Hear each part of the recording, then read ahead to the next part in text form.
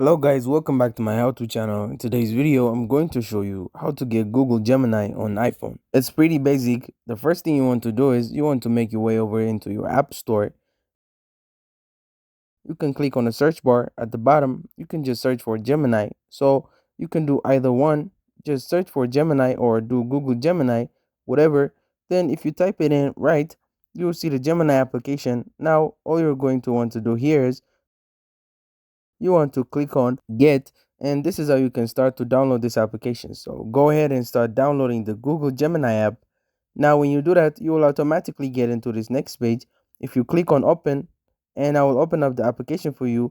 Now you can go ahead and start signing up for Google Gemini just with your Google account. So you can go ahead and click on continue, and you will come into this next page. So I probably wouldn't recommend getting emails, but you can just go through and just click, just go straight into use Gemini. So click on here and then it will start letting you basically get into Google Gemini. So you can type in whatever you want to, and then you can click on send, and you can start using Google Gemini as you normally would. Thank you guys for watching this video. If this video was helpful, don't forget to like and subscribe to my how-to channel.